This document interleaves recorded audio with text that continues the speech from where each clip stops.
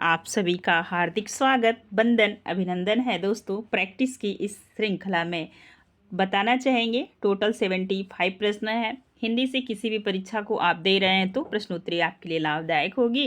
और EMRS इसके बाद आप देखेंगे BPSC और UGC नेट की सामने परीक्षा है, उसी के ध्यान में रख के सिलेबस को कवर करने का प्रयास किया गया है। पहला प्रश्न है, ब्रजभाषा का विकास किससे हुआ है? मागधी, पैसाची, सौरसेनी, अर्धमागधी। तो याद रखेंगे जो है कि सौरसेनी अपभ्रंश से ब्रजभाषा का विकास हुआ है। अब देखेंगे सौरसेनी अपभ्रंश में जो भाषाएं आती हैं उसमें एक आती है राजस्थानी और दूसरी पहाड़ी, तीसरी पश्चिमी हिंदी। आगे चलेंगे, नेक्स्ट प्रश्न दूसरा प्रश्न है, ब्रजभाषा की उत्तरकालीन अवस्था का नाम है पाली, प्राकृत, संस्कृत, अवहट। तो उत्तरकालीन अवस्था का नाम कौन सा है? तो ये है अवहट। आपका डी ऑप्शन सही होगा। नेक्स्ट आगे चलेंगे और आप सभी को पता है कि अवहट की जो रचना मानी जाती है वह 14वीं शताब्दी मानी जाती है, सती को मानी जाती है, नोट कर लीजिएगा। नेक्स्ट आगे देखेंगे, अवहट शब्द का जो सबसे प्रथम प्रयोग पाया जाता है वह ज्योतिश्वर ठाकुरकृत वर्ण रत्नाकर में। किस में पाया जाता है? वर्ण, आप याद रखेंगे, वर्ण रत्नाकर में। ठीक, आगे चलते हैं। नेक्स्ट अगला प्रश्न, अपभ्रंश में कुल कितने स्वर थे? 8, 12, 10, 9। तो कितने स्वर थे? 8। ए ऑप्शन सही होगा। आगे देखेंगे आप अगला प्रश्न 4 नंबर का है, मगही किस हिंदी प्रदेश की बोली है? मध्य प्रदेश, बिहार, राजस्थान, छत्तीसगढ़। 4 नंबर के प्रश्न में आप याद रखेंगे मगही बिहार की बोली है। और आप ये भी रखेंगे इसके अंतर्गत जो बोलियां आती होती हैं, 3 बोलियां आती हैं। भोजपुरी कौन आती है? भोजपुरी, मगही, मैथिली। नेक्स्ट आज का 5वां प्रश्न, भाषाओं के परिवार वर्गीकरण का आधार है रूप, रचना, ध्वनि, इतिहास, अर्थ। तो इतिहास होता है भाषाओं के वर्गीकरण का आधार। आज इसके अनुसार आप देखेंगे वंश वर्गीकरण होता है, वंश क्रमिक जो वर्गीकरण होता है, कुलात्मक ऐतिहासिक वर्गीकरण होता है। पारिवारिक वर्गीकरण के लिए 6 बातों को केंद्र में रखा गया है। पहला देखेंगे आप पद रचना, वाक्य रचना, ध्वनि, अर्थ, शब्द और स्थानीय समीपता। नेक्स्ट अगला प्रश्न है 6 नंबर का, पुष्पदंत किस शताब्दी के कवि थे? 8वीं शताब्दी, 7वीं शताब्दी, 10वीं शताब्दी, 11वीं शताब्दी। तो ये जो है कि 10वीं शताब्दी के थे। आगे चलेंगे नेक्स्ट, और इन्हें जो है कि शिव सिंह सेंगर पुष्पदंत जो है पुष्पदंत की जो शताब्दी है वो 10वीं है। शिव सिंह सेंगर इसको 7वीं मानते हैं, याद रखिएगा। हजारी प्रसाद द्विवेदी इसे 9वीं मानते हैं। तो आपको अगर इनके अनुसार पूछा जाता है तो ठीक है, नहीं तो आप जैसा है वैसा कीजिएगा, ऑप्शन जैसा बनता है। नेक्स्ट, दोहा कोश किसकी रचना है? विद्याधर, सरहपा, पुष्पदंत, सपर्पा। तो दोहा कोश किसकी रचना है? तो सरहपा की रचना है, ऑप्शन बी आपका सही होगा। नेक्स्ट, और आपसे पूछा जाता है कि यह किस पद्धति में है? तो दोहा चौपाई पद्धति में है। अगला प्रश्न आपकी स्क्रीन पे है, आप ध्यान देंगे। ये रहा आपके समक्ष, काव्य की रीति सीखी सु कविन सो देखी, सुनी बहुलोक की बातें। यह पंक्ति के कवि हैं केशवदास, मतीराम, पद्माकर, भिखारी। 8 नंबर के प्रश्न का उत्तर दीजिएगा। तो इनसे कवि हैं भिखारी दास, आपका टी ऑप्शन सही होगा। नेक्स्ट, भिखारी दास की कुछ रचनाएं हैं, जैसे रस सारांश है, सारांश, और एक है आप देख कई बार सुने होंगे शतरंज सतिका है, और एक है श्रृंगार निर्णय, काव्य निर्णय। बहुत सारी इनकी रचनाएं हैं, नोट कर लीजिएगा। हरि रस पिया जानिए जे कबहु न जाए खुमार, मैं मनता घूमत फिरे ना ही तन की सार। इन काव्य पंक्तियों के कवि हैं सूरदास, कबीरदास, रसखान, नंददास। 9 नंबर के प्रश्न का आप सब उत्तर बताएंगे तो कौन है? कबीरदास। पंक्ति पढ़ते ही आप समझ गए होंगे। एक सूरदास की बहुत प्रसिद्ध पंक्ति है, नोट कर लीजिएगा। बूझत श्याम कवन तू गोरी, कहाँ रहती काकी है बेटी, देखी नहीं कहूँ ब्रज खोरी। और रसखान की पंक्तियाँ जो बहुत बार पूछी जाती हैं, ज्ञान कर्म रू उपासना, सब अहमित को मूल, दृढ़ निश्चय नहीं होत बिन, कि ये प्रेम अनुकूल। नेक्स्ट चलेंगे अगला प्रश्न। देव कवि की रचना है काव्य निर्णय, रसराज, श्रृंगार निर्णय, भावविलास। अच्छा प्रश्न है, उत्तर दीजिएगा 10 नंबर के प्रश्न में, तो आप याद रखेंगे भावविलास देव की रचना है। अब आपसे पूछा जाएगा कि और रचनाएं जो हैं वह किनकी हैं, तो रसराज मतीराम की है। किसकी है? मतीराम की है। और एक काव्य निर्णय भी आपने ऊपर पढ़ा था, भिखारी दास का है। किसका है? भिखारी दास का। ठीक है। और एक देखेंगे आप श्रृंगार निर्णय आप कमेंट सेक्शन में कमेंट के माध्यम से बताइएगा किसकी रचना है। साहित्य लहरी के रचनाकार हैं तुलसीदास, सूरदास, कृष्णदास, नंददास। तो सबको पता है, ये इजी प्रश्न है, सूरदास की रचना है। अष्टछाप की स्थापना किसने की? विठलनाथ, वल्लभाचार्य, सूरदास, रामानंद। तो विठलनाथ, ए ऑप्शन सही होगा। आप पढ़े भी होंगे और प्रश्नोत्तरी में आप ध्यान दीजिएगा, प्रश्नों को थोड़ा सा समझदारी के साथ पढ़ते हुए आगे बढ़ेंगे। अष्टछाप की जो स्थापना हुई थी 1565 ईस्वी में हुई थी, और इसमें टोटल 8 कवि हैं, 4 विठलनाथ के और 4 वल्लभाचार्य के। हाँ, चलिए नेक्स्ट देखेंगे 13 नंबर का प्रश्न। ये रहा आपके समक्ष 13 नंबर का प्रश्न। यहाँ पे आप बताइएगा, जल्दी से बताने का कष्ट करेंगे। सखी संप्रदाय के संस्थापक हैं हित हरिवंश, वल्लभाचार्य, स्वामी हरिदास, मध्वाचार्य। 13 नंबर के प्रश्न का उत्तर दीजिएगा, तो स्वामी हरिदास, सी ऑप्शन आपका सही होगा। अगला प्रश्न है, गोस्वामी तुलसीदास की अंतिम रचना कौन सी है? विनय पत्रिका, दोहावली, कवितावली, हनुमान बाहुक। 14 नंबर के प्रश्न में आप याद रखेंगे कि यह है हनुमान बाहुक। अंतिम समय में तुलसीदास जी को बाहों में पीड़ा हुई थी, तो इन्होंने इस रचना को किया था। यह मुक्तक काव्य है जो ब्रज भाषा में लिखी हुई है। याद रखेंगे, ब्रज भाषा में है। किस भाषा में है? ब्रज भाषा में। वर्तमान में जैसे हिंदी और देखेंगे, हिंदी और इंग्लिश पे जिसकी पकड़ होती है तो उसके लिए बहुत अच्छी बात है। उसी समय आप गोस्वामी तुलसीदास को देखेंगे तो ब्रज और अवधी दोनों पे पकड़ थी, तो इन्होंने दोनों में रचनाएं करने का कार्य किया था। नेक्स्ट चलेंगे, अगला प्रश्न है, माँ मृगावती किसकी रचना है? उस्मान की, कुतुबन की, मंझन की, जायसी की। 15 नंबर के प्रश्न में याद रखिएगा, कुतुबन की रचना है मृगावती, आपका बी ऑप्शन सही होगा। आगे देखेंगे आप, इनकी जो है कि उस्मान, तो इसे भी आप याद करेंगे। इनकी चित्रावली है। और मंझन की क्या है? तो मंझन की मधुमालती है। और जायसी का आप सबको पता है, आखिरी कलाम, पद्मावत, अखरावट। नेक्स्ट 16 नंबर के प्रश्न में चलेंगे। ये रहा, निम्नलिखित काव्योक्ति तुलसी की किस रचना से ली गई? श्रुति सम्मत, हरिभक्त पथ, संयुत विरत विवेक, रामचरितमानस, कवितावली, विनय पत्रिका और गीतावली। 16 नंबर के प्रश्न में आप याद रखेंगे रामचरितमानस की यह पंक्ति है। रामचरितमानस आप सबको पता है, यह एक प्रबंध काव्य है। यह अवधी भाषा में रचित कड़वक बद्ध ग्रंथ है। इसमें कुल 1074 कड़वक हैं। रामचरितमानस में कुल 7 कांड हैं। कितने कांड हैं? तो 7 कांड हैं। इसमें राम कथा का वर्णन है। किसमें है? राम कथा का वर्णन है। आगे देखेंगे, नेक्स्ट अगला प्रश्न, शब्द शक्ति के विषय में निम्नलिखित कथन किसका है? अभिधा उत्तम काव्य है, मध्य लक्षणा लीन। बहुत ईजी प्रश्न है। यह देव की रचना है। किसकी है? देव की।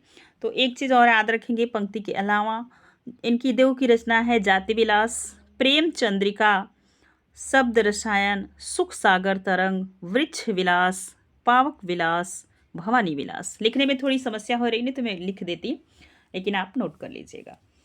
18 नंबर का प्रश्न है, निम्नलिखित में से कौन सा मतीराम का ग्रंथ नहीं है? रसरास, रसविलास, ललित लराम, छंद सागर। अब आपको अभी आपने ऊपर पढ़ा था, अभी ये रचना आपने पढ़ा था, रसविलास किसका है? अब आपको बताना है 18 नंबर के प्रश्न में।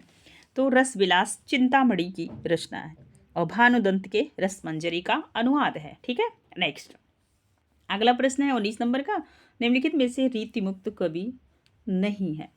तो बोधा, ठाकुर, पद्माकर, आलम। तो घनानंद, बोधा, ठाकुर, आलम। अब कौन छूट रहा है 19 नंबर के प्रश्न में, आप बताएंगे। ठीक है, चलिए ये रहा आपके समक्ष, पद्माकर जी रीतिमुक्त कवि नहीं है। और पद्माकर की कुछ महत्वपूर्ण रचनाएं हैं जिसे आप नोट करेंगे और थोड़ा सा पढ़ भी लीजिएगा। चलिए, यहाँ पे चंडी चरित्र किसकी रचना? गुरु गोविंद सिंह, भूषण, लाल कवि, सूदन। 20 नंबर के प्रश्न में आपको बताना है। तो यह गुरु गोविंद सिंह की रचना है चंडी चरित्र। कई बार यह रिपीट होने वाला प्रश्न है, आप याद रखेंगे। और गुरु गोविंद सिंह सिख संप्रदाय के 10वें गुरु थे। कौन से गुरु थे? 10वें गुरु थे, याद रखिएगा। नेक्स्ट आप देखेंगे इनकी एक और रचना है दसम ग्रंथ। ठीक है, नेक्स्ट चलिए अगला प्रश्न है जो है कि ये रहा आपकी समझ, आपको बताना है 21 नंबर का। ज्यो ज्यो बसे जात दूरी दूरी प्रिय प्राण मुरी त्यों त्यों धसे बन मुकुर हमारे। भ्रमर गीत प्रसंग संबंधी उपयुक्त पंक्तियां के कवि हैं, आपको बताना है। आप सभी कवि उन्हीं के हैं, सतना कविरत्न सब लोग श्री कृष्ण पे ही लिखे हैं। अब आपको इसमें से चूज करना है कि कौन से पंक्तियां हैं जो भ्रमर गीत प्रसंग से संबंधित है, यही आपको बताना है। तो यह जगन्नाथ दास रत्नाकर की पंक्ति है, डी ऑप्शन आपका सही होगा।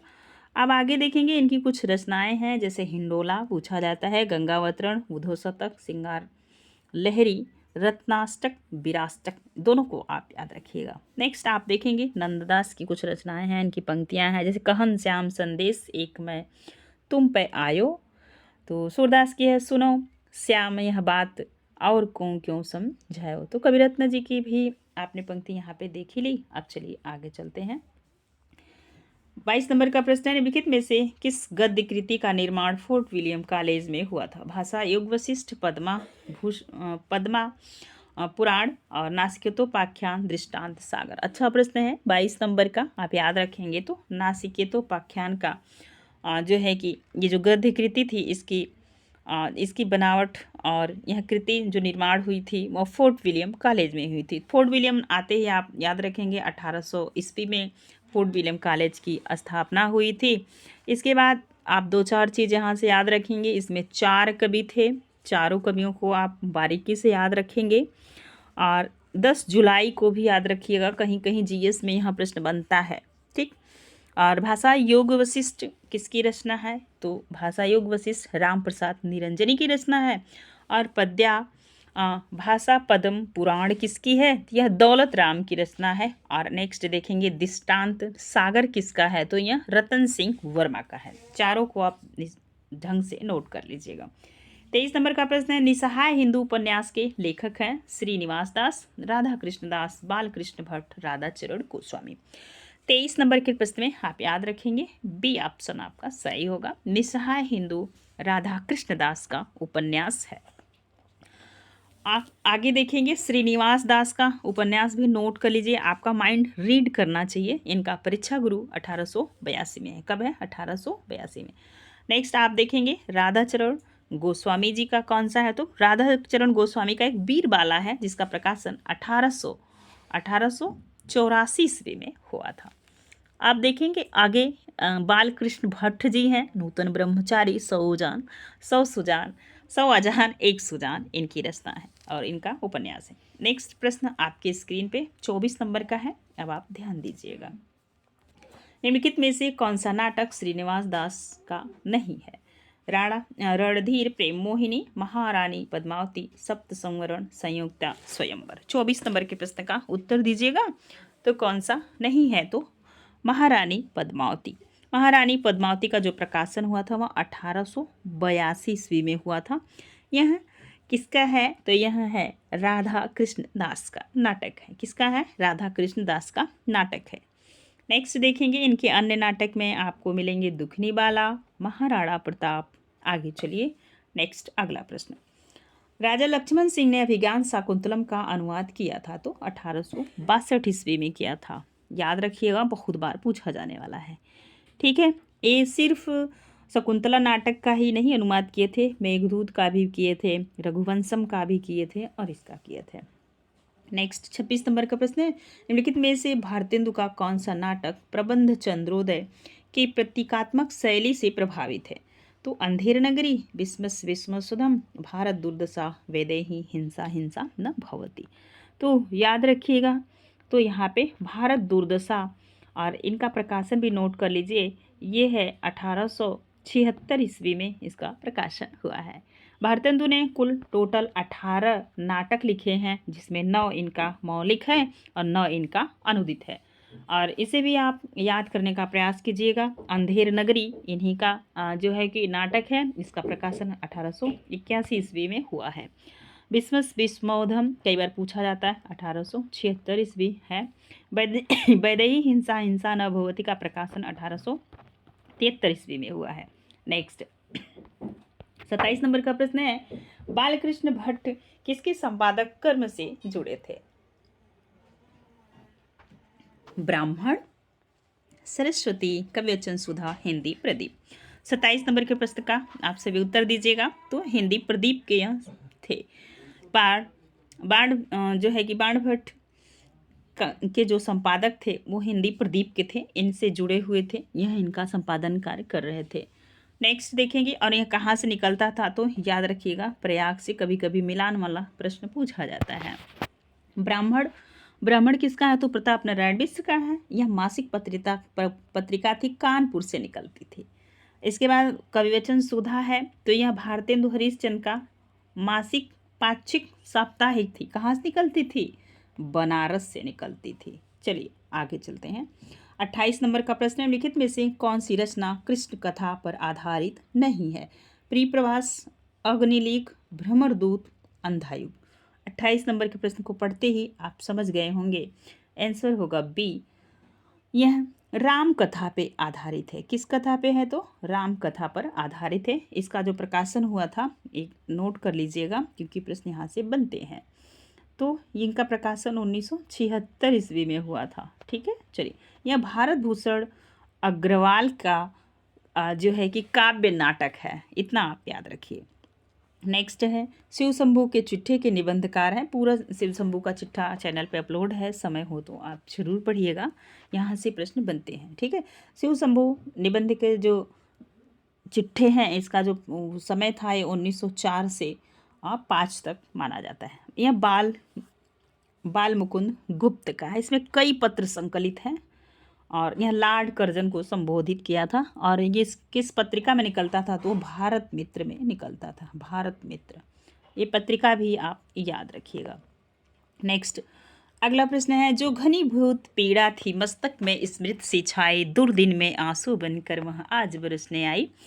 तो यह प्रसाद की है और कहाँ से ली गई है? तो आंसू कविता से ली गई। कहाँ से ली गई है? तो मेघदूत, सॉरी, आंसू से ली गई है। आंसू मुझे पढ़ते ही यह कविता याद आई क्योंकि मैंने पूरा पढ़ रखा है। तो इसका प्रकाशन 1925 ईस्वी हुआ है। आंसू का 25। ठीक है, याद रखेंगे। हिंदी का मेघदूत इसे कहा जाता है। क्या कहा जाता है? हिंदी का मेघदूत। नेक्स्ट आगे देखेंगे, अगला प्रश्न है, धिक धिक धाये तुम यो अनाहूत, धो दिया श्रेष्ठ कुल धर्मधूत, राम के नहीं काम के सूत कहलाए। उपयुक्त काव्य पंक्तियों का संबंध किस काव्य रचना से है? साकेत, तुलसीदास, राम की शक्ति पूजा, संशय की एक रात। पढ़ते ही आपको लगेगा निराला की है और निराला की राम की शक्ति पूजा की, लेकिन ध्यान से पढ़िएगा, कुछ रचनाओं को याद रखेंगे। जो है कि यह किसकी है? तो यह तुलसीदास से ली गई है। महाप्राण निराला के तुलसीदास से बहुत प्रभावित था इनका जीवन। तो 1938 में इसका प्रकाशन हुआ था, वहीं से यह ली गई है। तुलसीदास में टोटल 100 कितने छंद हैं? एक छंद है, 101 छंद है। कभी कभी बदलते पैटर्न में प्रश्न पूछा जाता है। और इनके अनामिका, परिमल, गीत का कुछ महत्वपूर्ण रचनाएं हैं। आगे देखेंगे, साकेत का प्रकाशन 1931 से ईस्वी में हुआ। मैथिली शरण गुप्त की रचना है। राम की शक्ति पूजा भी सूर्यकांत त्रिपाठी निराला जी की है। इसका प्रकाशन 1936 ईस्वी में हुआ है। संशय की एक रात, ये जो है कि नरेश मेहता की है। इसका प्रकाशन 1962 में हुआ है। चलिए नेक्स्ट आगे प्रश्न की तरफ, प्रश्नों की श्रृंखला को बढ़ाते हैं। कविता दो शब्दों के बीच की नीरवता में रहती है। काव्य भाषा के संबंध में उपयुक्त मत किसका है? नामवर सिंह, रामस्वरूप चतुर्वेदी, जो है शमशेर बहादुर सिंह अज्ञे। अच्छा प्रश्न है, आपसे भी उत्तर दीजिएगा। तो यह अज्ञे का कथन है। किसका मत है? अज्ञे का। डी ऑप्शन आपका सही होगा। आगे देखेंगे, अगला प्रश्न है 33 नंबर का। अनंत देवी प्रसाद के किस नाटक की पात्र हैं? तो सबको पता है स्कंद गुप्त की है। स्कंद गुप्त का प्रकाशन 1928 ईस्वी में हुआ है। यह इनकी पात्र हैं। ठीक है, नाटक में बहुत सारे पात्र हैं जिन्हें आप याद रखिएगा और यह प्रसाद का प्रौढ़ नाट्य माना जाता है। आगे देखेंगे जो है कि अगला प्रश्न 34 नंबर का है। निम्नलिखित में से कौन सा खंड काव्य नरेश त्रिपाठी का नहीं है? तो मिलन भी है, पथिक भी है, स्वप्न भी है, नहुस नहीं है। नहुस किसका है? तो मैथिली शरण गुप्त का पुराण आधारित खंड काव्य है। नहुस से आप जोड़ेंगे तो भारतेंदु की भी रचना उनके पिताजी की एक मिलती है। तो यहाँ पे याद रखेंगे 1940 ईस्वी में इसका प्रकाशन हुआ है और यह मैथिली शरण गुप्त की रचना है। अगला प्रश्न है ये 35 नंबर का। मुन्नी मोबाइल किसका उपन्यास है? तो प्रदीप सौरभ का है। किसका है? प्रदीप सौरभ का है। इनके कुछ और उपन्यास हैं जैसे तीसरी ताली इन्हीं का है। 2011 में इसका प्रकाशन हुआ था। और देश भीतर देश एक है, देश भीतर देश पूछा जाता है। इसका प्रकाशन कब हुआ था? तो 2012 में हुआ था। ठीक है, एक है ब्लाइंड स्टेट 2021 में करंट में इसका प्रकाशन हुआ है, याद रखिएगा, नोट कर लीजिए। अगला देखेंगे महुआ माझी। महुआ माझी किसका है? ये आप कमेंट सेक्शन में कमेंट के माध्यम से बताइएगा। ठीक है, और देखेंगे आगे यहाँ पे रीता शुक्ला, ये भी नए साहित्यकार हैं। इनकी भी कुछ जैसे तर्पण इनकी 2015 में प्रकाशित हुई थी। तर्पण ये भी याद रखेंगे, 2015 में इसका प्रकाशन हुआ है। एक अग्निपर्व है। ठीक है, चलते हैं आगे। और एक तुलसीराम है, इनको आप सभी ने पढ़ा होगा। मुर्दहिया 2 भागों में है। पहला भाग का प्रकाशन 2014 में हुआ है, दूसरे भाग का प्रकाशन मणिकर्णिका है। इसका 2000 जो है कि मुर्दहिया का जो प्रकाशन हुआ है वह 2010 में हुआ है। मणिकर्णिका का जो प्रकाशन हुआ है 2014 में हुआ है। बहुत ही मज़ेदार और गरीबी में पला बढ़ा लेखक किस तरीके से ज़िंदगी को आगे बढ़ाया है, पढ़ेंगे तो आप बहुत सारी चीज़ समझ पाएंगे। आइए अगले प्रश्न की तरफ बढ़ते हैं क्योंकि प्रश्नों की संख्या थोड़ी सी ज़्यादा है, तो जल्दी जल्दी कीजिए। पिंजरे की मैना किसकी आत्मकथा है? चित्रा मुद्गल, मैत्री पुष्पा, चंद्रकिरण, सोन रेक्सा, मृदुला गर्ग। 36 नंबर के प्रश्न का आपसे भी उत्तर दीजिएगा। तो क्या होगा? तो यह चंद्र किरण सोन रेक्सा की आत्मकथा है। मैत्री पुष्पा की जो आत्मकथा है वो आपने पढ़ा होगा और कई बार आप पढ़े भी होंगे। यह पूछा जाने वाला भी प्रश्न है, बहुत बार पूछा जाता है। कस्तूरी कुंडल बसे, ठीक है, और 2 भागों में है। एक है कस्तूरी कुंडल बसे, दूसरा है गुड़िया भीतर गुड़िया। नेक्स्ट अगला प्रश्न है मंगल का विधान करने वाले 2 भाव हैं। शुक्ल जी का कथन है। 37 नंबर के प्रश्न का बी ऑप्शन सही होगा।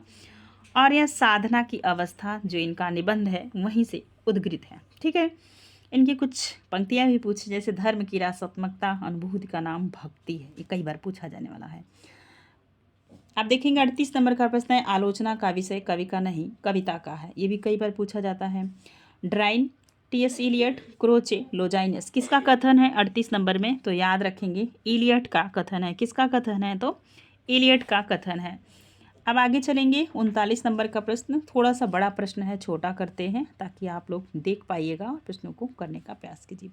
सत्यवेन द्रेकांत खंड स्वप्न प्रकाशानंद चिन्मय वेदांत स्पर्श शून्यो ब्रह्म स्वाद सहोदर लोकोत्तर चमत्कार प्राण कैश्चित प्रमाणवृत्ति स्वाकारवद भिन्नत्वे नाय मास्वाद्यते रस के विषय में उपयुक्त स्थापना किस आचार्य का है? आचार्य भरत मुनि, आचार्य भट्टनायक, आचार्य अभिनव गुप्त, आचार्य विश्वनाथ। 39 नंबर के प्रश्न का उत्तर दीजिएगा। तो यह कथन है जो है आचार्य विश्वनाथ का, डी ऑप्शन आपका सही होगा। अगला प्रश्न है 40 नंबर का निम्नलिखित में से कौन सा नाटक कालिदास के चरित्र से संबंधित नहीं है? 8वां सर्ग, कंधे पर बैठा था सांप, शकुंतला की अंगूठी, आषाढ़ का एक दिन। 40 नंबर के प्रश्न का उत्तर दीजिएगा। तो ये शकुंतला की अंगूठी। आपको लगेगा कभी शकुंतलम की शकुंतला है, लेकिन याद रखेंगे यह सुरेंद्र वर्मा का नाटक है। क्या है? तो यह नाटक है। आपसे पूछा गया है कालिदास के चरित्र से संबंधित नहीं है, तो कौन सा नहीं है? तो डी नहीं है। ठीक है, बाकी आप देखेंगे 8वां सर्ग में भी कुमार संभवम के 8वें कालिदास का आया है।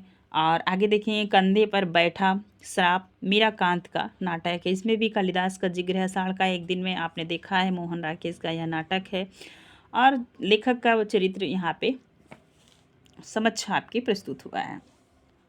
41 नंबर का प्रश्न, लिखित साहित्यवादों का सही अनुक्रम बताना है। तो सबसे पहले आप याद रखेंगे छायावाद, प्रगतिवाद, प्रयोगवाद, प्रपद्यवाद। आपका डी ऑप्शन सही होगा।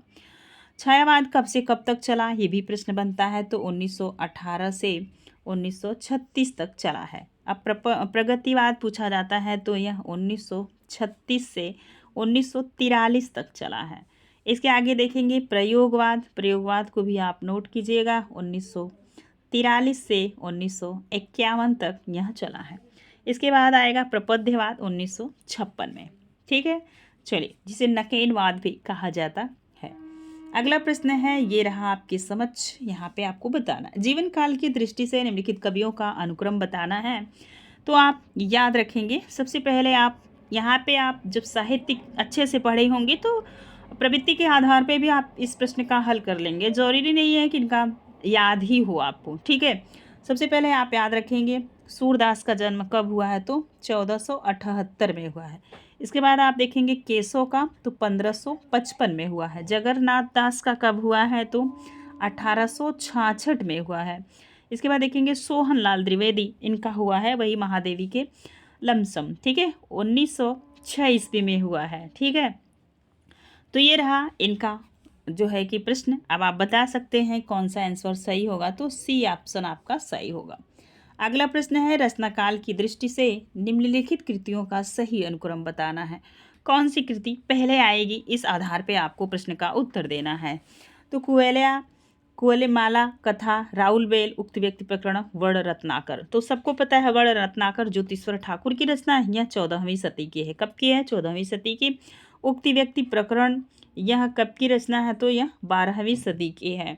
आगे देखेंगे राउल बेल रोडा कवि की है, यह 10वीं सदी के। कुवलमाला कथा उद्यतन शुरू की है और 9वीं सदी की है। तो ए ऑप्शन आपका सही होगा। नेक्स्ट अगला प्रश्न है 44 नंबर का, रचनाकाल की दृष्टि से निम्नलिखित कृतियों का सही अनुक्रम बताना। यहाँ पे आपको सबसे पहले याद रखना है कि सबसे पहले कौन सी आएगी, तो प्री प्रवास आप बहुत बार पढ़ेंगे, 1914 की है। इसके बाद साकेत आता है 1931 की। इसके बाद देखेंगे तुलसीदास, अभी आपने देखा 1938 की। सूर्यकांत त्रिपाठी की रचना कृष्णायन, कृष्णायन है, यह आप याद रखेंगे, यह है द्वारका प्रसाद मिश्र का, 1942 ईस्वी में इसका प्रकाशन हुआ है। तो आपका बी ऑप्शन सही होगा। कौन सा ऑप्शन सही हुआ, बी ऑप्शन। अगला प्रश्न है, आप याद रखेंगे, ये रहा 45 नंबर का प्रश्न। ठीक है, तो यहाँ पे आपने देखा, यहाँ पे 44 नंबर का प्रश्न। अब आप देखेंगे 45 नंबर का प्रश्न, कुछ वैसा ही बड़ा सा प्रश्न है, ऐसा यूजीसी नेट का चहेता प्रश्न कहा जा सकता है। रचनाकाल के आधार पर दिनकर की निम्नलिखित कृतियों का सही अनुक्रम। यहाँ पे एक लेखक से आपसे प्रश्न पूछा जा रहा है, तो याद रखेंगे, सबसे पहले आप बताएंगे कि इनकी डेट आप नोट कीजिए। मिट्टी की ओर इसका जो प्रकाशन काल है, ध्यान दीजिएगा, तो मिट्टी की ओर का जो प्रकाशन हुआ है 1946 ईस्वी में हुआ है। कब हुआ है, 1946 ईस्वी में। संस्कृत के 4 अध्याय आपके सिलेबस में लगा है, 1956 में है। कब है, 1956 में। वर्ड पीपल ये 1961 में है। कब का है, 61 का है। दिनकर की डायरी, तो ये दिनकर का 1973 में है। तो इस हिसाब से आपका ऑप्शन सी सही हुआ। चलते हैं आगे अगले प्रश्न की तरफ। रचनाकाल की दृष्टि से निम्नलिखित उपन्यासों का सही अनुक्रम बताना है आपको। यहाँ पे आप बताएंगे 46 नंबर के प्रश्न में। सबसे पहले चित्रलेखा देखेंगे, 1934 ईस्वी में, जब सिंदूर की होली लिखी जा रही थी। विराटा की पद्मिनी, इसका प्रकाशन 1936 है, जब प्रसाद अपना गोदान लिख रहे थे। बुध और समुद्र का जो प्रकाशन हुआ है वह हुआ है 1956 में हुआ है। कब हुआ है, 1956 में। सुहाग का नूपुर, यह कब का है इसका प्रकाशन, तो 1960 में है। सुहाग का नूपुर 60 में है। ठीक है, पद्मिनी का विराटा 36 में है। चित्रलेखा आप देखें चित्रलेखा 34 में है। बुध और समुद्र कब है तो 1956 ईस्वी में है। तो इस हिसाब से आपका ऑप्शन ए सही हुआ। नेक्स्ट अगला प्रश्न है, बार बार आप भी नोट करते रहिएगा, लिखने से आपको डेट याद हो जाता है। रचना काल की दृष्टि से प्रेमचंद के उपन्यासों का सही क्रम बताना है। तो सबसे पहले आप देखेंगे सेवा सदन का जो प्रकाशन हुआ है 1918 में। रंगभूमि 25 में है, कब है 25 में है। गबन गबन आपने महाविद्यालयों में पढ़ा होगा 1931 में है। गोदान 1936 में है। तो देखेंगे आप गोदान सबसे लास्ट में है, 36 में है। यहाँ प्रसाद का अंतिम और प्रौढ़ रचना मानी जाती है। संपूर्ण किसान का जीवन गाथा है इसमें। तो डी ऑप्शन आपका सही हुआ। अगला प्रश्न है 48 नंबर का, ये रहा आपके समक्ष। रचना काल की दृष्टि से निम्नलिखित कहानियों का अनुक्रम आपको बताना है। सबसे पहले आप याद रखेंगे जो है कि 48 नंबर के प्रश्न का उत्तर दीजिए आप सभी, और याद भी रखिए इनके डेट को, ठीक है। चलिए बताइए, बड़े भाई साहब किसका है तो ऊपर से ही देखेंगे क्योंकि बीच में लिखने में प्रॉब्लम होती है, ठीक है। बड़े भाई साहब प्रेमचंद का है 1934 ईस्वी में। वापसी जो है कि देखेंगे उषा प्रियंवदा का है 1960 में। आगे देखेंगे डेफोलिक जल रहे हैं, आपको नया लग रहा होगा। मृदुला गर्ग का है 1978 में। पाल मोगरा का स्कूटर ये कब का है तो 1997 ईस्वी का। सबसे लास्ट में यही रहेगा मोगरा का स्कूटर। यहाँ पे आप देखेंगे थोड़ा सा क्रम जो है कि गड़बड़ हो रहा है, डी और ए में आप फंस सकते थे, ठीक है। चलिए बताइएगा, आंसर ए सही होगा। क्या सही होगा? ए। अगला प्रश्न है 49 नंबर का। अच्छा प्रश्न है, सुरेंद्र वर्मा के नाटकों का अनुक्रम बताना है। अब आप बताएंगे 49 नंबर के प्रश्न का। सबसे पहले आप देखिएगा द्रौपदी का प्रकाशन 1972 ईस्वी में हुआ है। 8वां सर्ग इसका 1976 में हुआ है। छोटे सैयद बड़े सैयद का 1982 में हुआ है। शकुंतला की अंगूठी 1990 में इसका प्रकाशन हुआ है। तो आप बताएंगे कौन सा ऑप्शन सही होगा। तो यहाँ पे सी ऑप्शन आपका सही होगा। प्रकाशन काल की दृष्टि से सी ऑप्शन सही होगा। रचना काल की दृष्टि से लिखित कृतियों का सही अनुक्रम बताना है। सबसे पहले देखेंगे यहाँ पे पल्लव का प्रकाशन कब हुआ है तो ये सुमित्रा नंदन पंत की रचना है 1928 में। कामायनी का कब है तो सबको पता है, कहीं कहीं 1935 भी दिया रहता है, कहीं कहीं 36, तो 35 इसका आयोग द्वारा मान्य है। जयशंकर प्रसाद की रचना दीप शिखा का प्रकाशन कब हुआ है तो 1942 ईस्वी में हुआ है। कुकुरमुत्ता यह भी 1942 ईस्वी। तो 42 की थी। अगर आपको इन दोनों का भी याद है तो आप प्रश्न को सही कर सकते हैं। नेक्स्ट डी ऑप्शन आपका सही होगा। अगला प्रश्न है 51 नंबर का, और आप ध्यान दीजिएगा, ये रहा 51 नंबर का प्रश्न। आपको अज्ञेय की रचनाओं का अनुक्रम बताना है। किसकी रचनाओं का? अज्ञेय की। और आपने सभी रचना पढ़ी होगी, अभी भी पढ़े होंगे और इसके पहले भी पढ़े होंगे। 51 नंबर के प्रश्न का उत्तर दीजिएगा। भग्नदूत का प्रकाशन कब हुआ है तो भग्नदूत का जो प्रकाशन हुआ है वह हुआ है 1933 ईस्वी में। कब हुआ है? 1933 में। हरी घास पर क्षण भर इसका हुआ है 1949 ईस्वी में। भग्नदूत आप यहाँ पे देख लिए कब हुआ है भग्नदूत का, तो यहाँ पे आपने देखा 33, हरी घास पर क्षण भर। बावरा अहेरी 1954 ईस्वी में हुआ है। आंगन के पार द्वार का प्रकाशन 1961 ईस्वी में हुआ है। और सारी रचनाएं अज्ञेय की हैं। आंगन के पार द्वार के लिए इन्हें मिला था, क्या मिला था भाई? साहित्य अकादमी 1964 में। कब मिला था?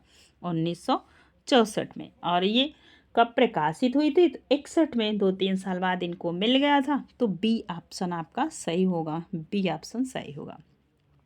अगला प्रश्न है, जीवन काल की दृष्टि से निम्नलिखित रचनाकारों का अनुक्रम बताना। यहाँ पे सबसे पहले किसका जन्म हुआ है? अगर आप लेखक को अच्छे से पढ़े होंगे तो सब श्रीधर पाठक का जन्म कब हुआ था? अब 2 जगह श्रीधर पाठक हैं, याद रखिएगा। इनका जन्म जो हुआ था श्रीधर पाठक का 1859 ईस्वी में हुआ था। दिनकर का जन्म कब हुआ था तो आप याद रखेंगे। सबसे पहले आप श्रीधर पाठक का याद रखिए, इसके बाद आप याद रखेंगे किसका? यहाँ पे 52 नंबर के प्रश्न में याद रखेंगे तो इसके पहले सबसे पहले मैथिली शरण गुप्त को देखते हैं। दिन आप श्रीधर पाठक का 1859 देख लीजिए, मैथिली शरण गुप्त का 1886 देख लीजिए। इसके बाद आते हैं दिनकर जी, इसके बाद आते हैं अज्ञे। तो दिनकर जी का कब हुआ है? तो 908 ईस्वी में दिनकर का हुआ। कब हुआ है? 908 में। और अज्ञे जी सबको पता है 1911 ईस्वी में। तो कौन सा ऑप्शन सही होगा? ए ऑप्शन आपका सही होगा। ठीक है, चलिए अगला प्रश्न है आपके समक्ष ये रहा। यहाँ पे 55 नंबर का प्रश्न है। अब आपको बताना है कि कविताओं का कब कब प्रकाशन हुआ है। सरोज स्मृति से शुरू करते हैं। यह हिंदी की जो है कि पहली शोक गीत मानी जाती है। इसका प्रकाशन 1935 में हुआ है। असाध्य वीणा जो आपके सिलेबस में है, यह 1961 में इसका प्रकाशन हुआ है। अंधेरे में किसका है? तो मुक्तिबोध का है, 1964 में। इसके बाद देखेंगे पटकथा 72 में है। पटकथा कब है? 1972 में है। और यह किसकी है? तो यह धूमिल की है, जो सुदामा पांडे धूमिल की। 53 नंबर के प्रश्न में अब आपको पता होगा कौन सा आंसर सही होगा, तो बी ऑप्शन सही होगा। अगला प्रश्न है आपको बताना है रचना काल की दृष्टि से कृतियों का सही अनुक्रम बताना है। तो आप बताएंगे 54 नंबर के प्रश्न में क्या से युग की गंगा से शुरू करते हैं। युग की गंगा केदारनाथ अग्रवाल की रचना है, 1947 ईस्वी में लिखी गई। सतरंगे पंखों वाली किसकी है? नागार्जुन की है, 1959 ईस्वी में। फूल नहीं रंग बोलते हैं केदारनाथ अग्रवाल की है, 1965 ईस्वी में। कब है? 1965 ईस्वी में।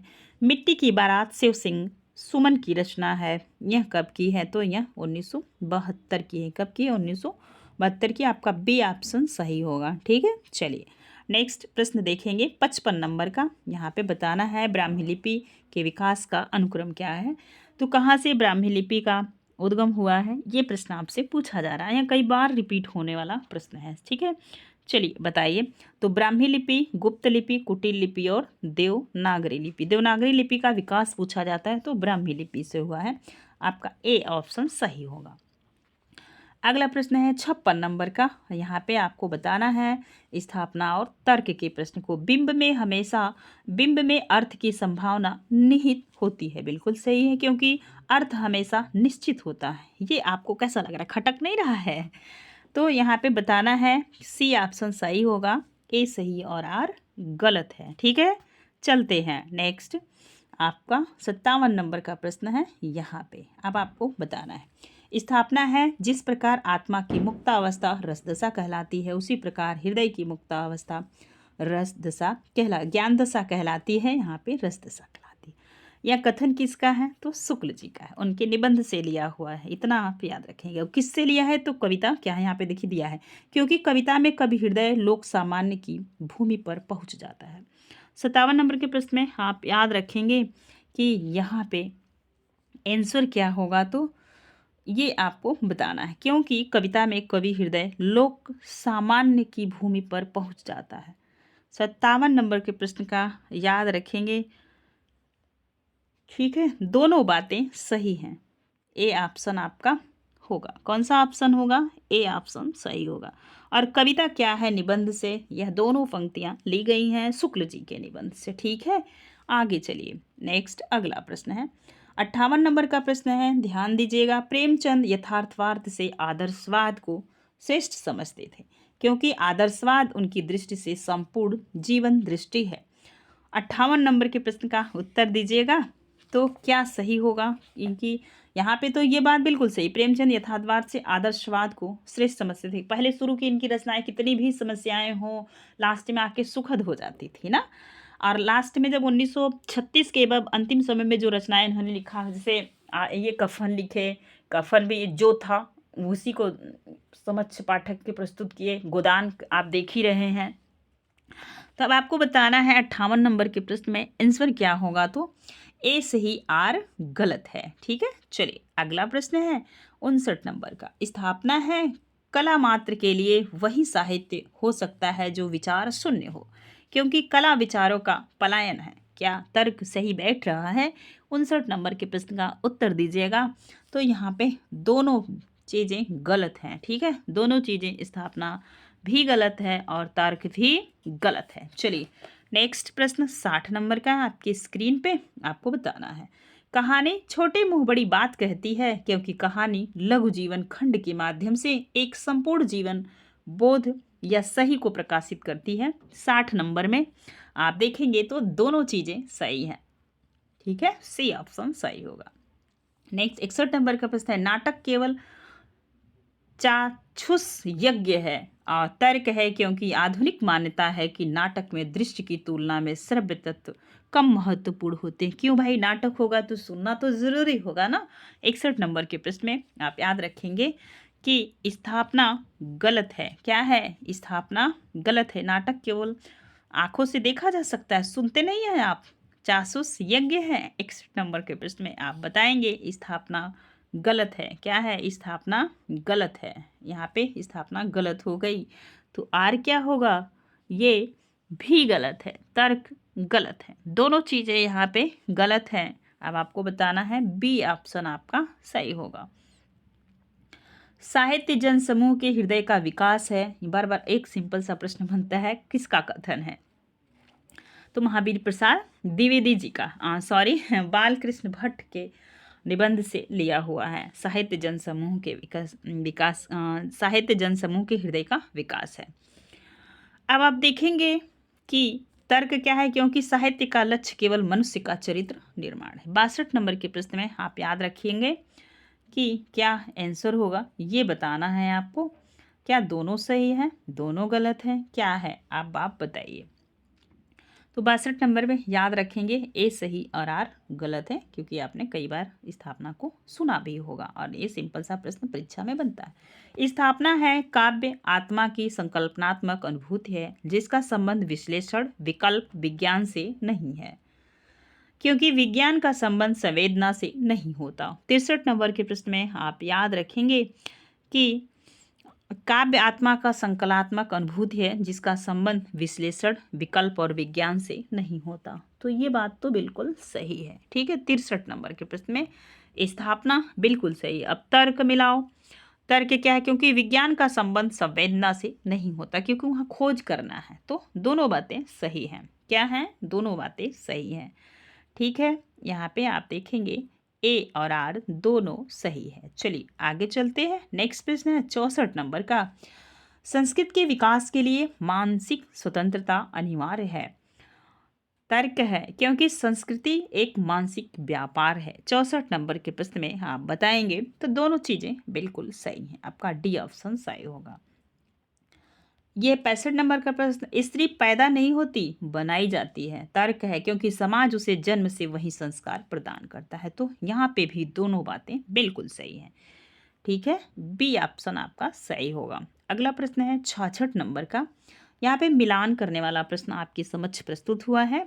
अब आपको बताना है कौन पंक्ति किसकी है, फिर हम कूट को मिला लेंगे नंबर डाल के। ठीक है, 66 नंबर के प्रश्न में आप बताइएगा क्या ऑप्शन होगा। सलभ में सामपथ वर हूँ महादेवी वर्मा का, किसकी है, महादेवी वर्मा की। 4 नंबर।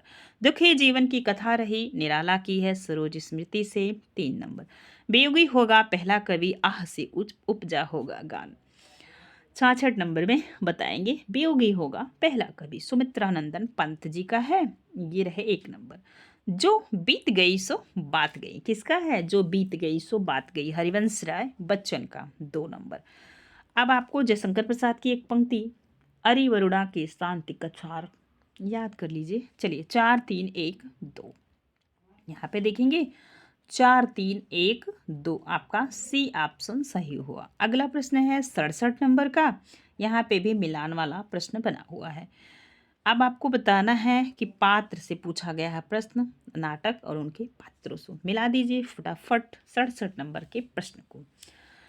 मल्लिका किसकी पात्र है, तो यह किसकी पात्र है, मल्लिका बताना है आषाढ़ के एक दिन की पात्र है। 2 नंबर। देवसेना किसकी है, तो आगे बताना है। देवसेना पात्र है स्कंदगुप्त की, किसकी है, स्कंदगुप्त की। 3 नंबर। शीलवती किसकी है, तो यह है सुरेंद्र वर्मा का जो नाटक है सूर्य की अंतिम किरण से सूर्य की पहली किरण तक, ये 5 नंबर। शर्मिष्ठा किसकी पात्र है, ये देहांतर की है नाटक की, और नंद किशोर आचार्य का यह नाटक है। ठीक है, देहांतर, डी 1 नंबर। चलिए अब आपको बताना है 2, 3, 5, 1 ऑप्शन सही होगा। कौन सा ऑप्शन सही होगा? तो 2, 3, 5, 1, यहाँ पे 2, 3, 5, 1, यहाँ पे देखो आप 2, 3, यहाँ पे 1 मिनट, 2, 3, 5, 1 सी ऑप्शन आपका सही हुआ। अगला प्रश्न है, ये भी मिलान वाला है। आंचलिक उपन्यासों को उनके लेखकों के साथ मिलाना है। पानी का प्राचीर किसका है? ये बताना है सबसे पहले। तो यह पानी का प्राचीर आप सभी बताएंगे रामदरस मिश्र जी का है। किसका है? मिश्र जी का, 3 नंबर। परती परिकथा किसका है? तो रेणु जी का है, 4 नंबर। कब तक पुकारूं, ये किसका है? कब तक पुकारूं, रांगे राघव जी का है। पानी का प्राचीर तो आपने देख ही लिया, रामदरस मिश्र का है। किसका है? पानी का प्राचीर रामदरस मिश्र। अब आपको बताना है कौन सा ऑप्शन सही होगा। रेणु का चौथा हो गया। कब तक पुकारूं, ये किसका है? तो यह है रांगे राघव जी का, 1 नंबर। पानी का प्राचीर किसका है? रामदरस मिश्र का। तो 3, 4, 1, 2 आंसर क्या होगा? 3, 4, 1, 2। यहाँ पे आप ध्यान दीजिएगा।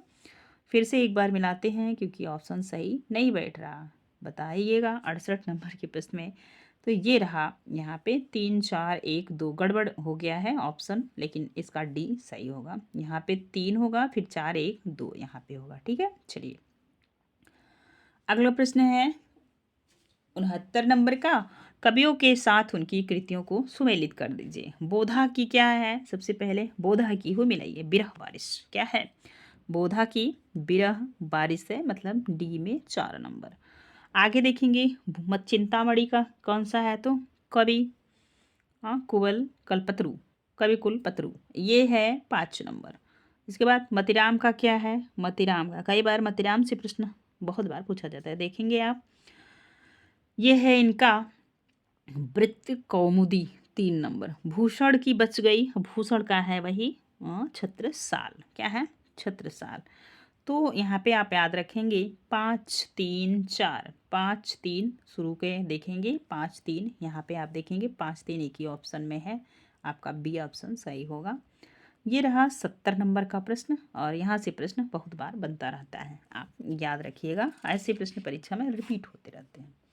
आपको बताना है वल्लभाचार्य का क्या है? तो शुद्धा दैत्यवाद है। किसका है? वल्लभाचार्य का शुद्धा दैत्यवाद, याद रखेंगे। वल्लभाचार्य का कौन सा है? तो शुद्धा दैत्यवाद है, यहाँ पे 4 नंबर। निम्बार्काचार्य का कौन सा है? तो द्वैतवाद है, यहाँ पे द्वैतवाद है। ठीक है, ये है द्वैतवाद। तो शुद्धा दैत्यवाद 5 नंबर, फिर 4 नंबर। रामानुजाचार्य का क्या है? तो रामानुजाचार्य का विशिष्टा द्वैतवाद है, 1 नंबर। मध्वाचार्य का सबको पता है द्वैतवाद है। ठीक है, 3 नंबर। आप 5, 4, 1, 3 कूट को मिला लीजिए, 5, 4, 1, 3 यहाँ पे देख रहे हैं आप, ए ऑप्शन आपका सही होगा। ये रहा आपके समझ 70 नंबर का प्रश्न। अब आया है 71 नंबर का प्रश्न, देख लीजिए। यहाँ पे मिलान वाले प्रश्न हैं जिनको आपने ऊपर कर लिया था, है ना। इसलिए कहा जाता है परीक्षा में कई बार प्रश्न रिपीट होते हैं, प्रश्नों की श्रृंखला को समझने का प्रयास करना चाहिए। चंदायन जो ये मिलान वाले में भी आती है, इसका डेट भी आता है, तो यहाँ पे आपको याद रखना है। चंदायन कब प्रकाशित हुई थी? तो 1300, मैंने 1900 लिख दी, 1379 में। मृगावती का प्रकाशन 1501 ईस्वी। अखरावट तो आप देखेंगे, मधुमालती का नोट कर लीजिए, 1545।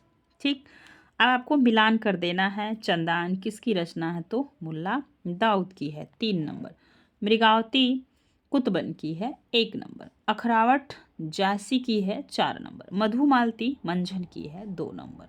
तो 3, 1, 4, 2 आपका ऑप्शन कौन सा सही होगा? 3, 1, 4, 2 डी ऑप्शन आपका सही होगा। अगला प्रश्न है 72 नंबर का, यहाँ भी आपको मिलान करना ही है। ठीक है, चलिए बताइएगा 72 नंबर के प्रश्न को। तो यहाँ पे स्वयंभू की कौन सी रचना है? तो पयुमचर्यु है, स्वयंभू की पयुमचर्यु। पुष्पदंत की कौन सी है? तो इनकी भी है आप याद रखेंगे पुष्पदंत की कौन सी है, ये बताइएगा। स्वयंभू की पयुमचर्यु है, पुष्पदंत की कौन सी है? तो यहाँ पे कई रचनाएं इनकी हैं। तो पुष्पदंत जो है यह चर्यापद है पुष्पदंत की। तो आप सभी बताइएगा, यहाँ पे आपको ध्यान देना। चलिए दूसरी तब तक मिलाते रहते। अब्दुल रहमान की कौन सी है? तो संदेश रासक, अभी निकल जाएगा आंसर पहला। और सबरपा की कौन सी है? तो चर्यापद है। देख रहे हैं, चर्यापद सबरपा की 5 नंबर में चर्यापद। तो यहाँ पे ये है। अब आपको पुष्पदंत की रचना बतानी है, तो इनका है महापुराण। ठीक है, ये देखो महापुराण 3 नंबर। तो 2 3 1 5 आंसर होगा। 2 3 1 5, ये बी ऑप्शन आपका सही होगा। कौन सा ऑप्शन सही होगा? बी।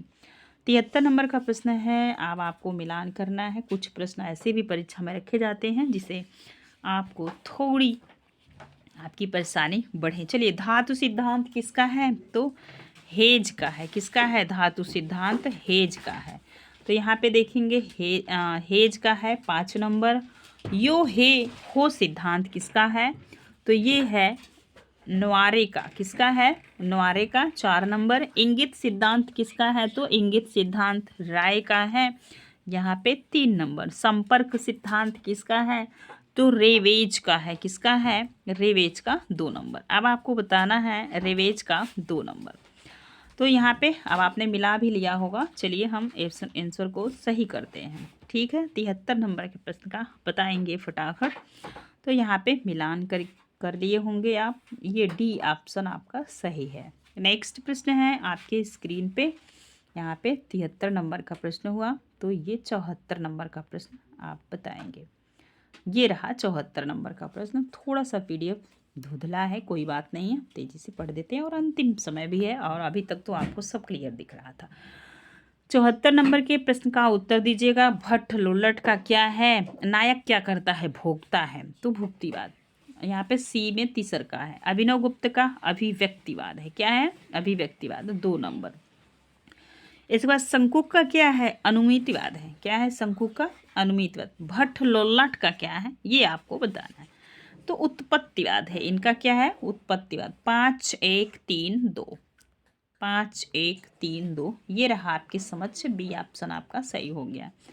आज का अंतिम प्रश्न आपके समझ से है और आपको बताना है। आंसर भी यहाँ पे हम क्लियर कर देते हैं।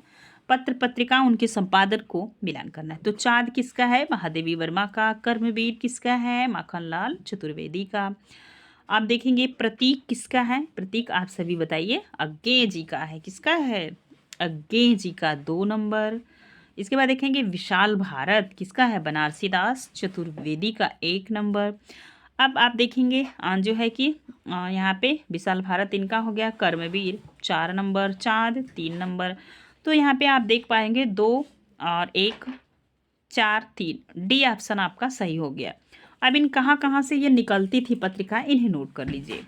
ठीक है, तो प्रतीक कहाँ से निकलती थी? इलाहाबाद से। ठीक, विशाल भारत कलकत्ता से।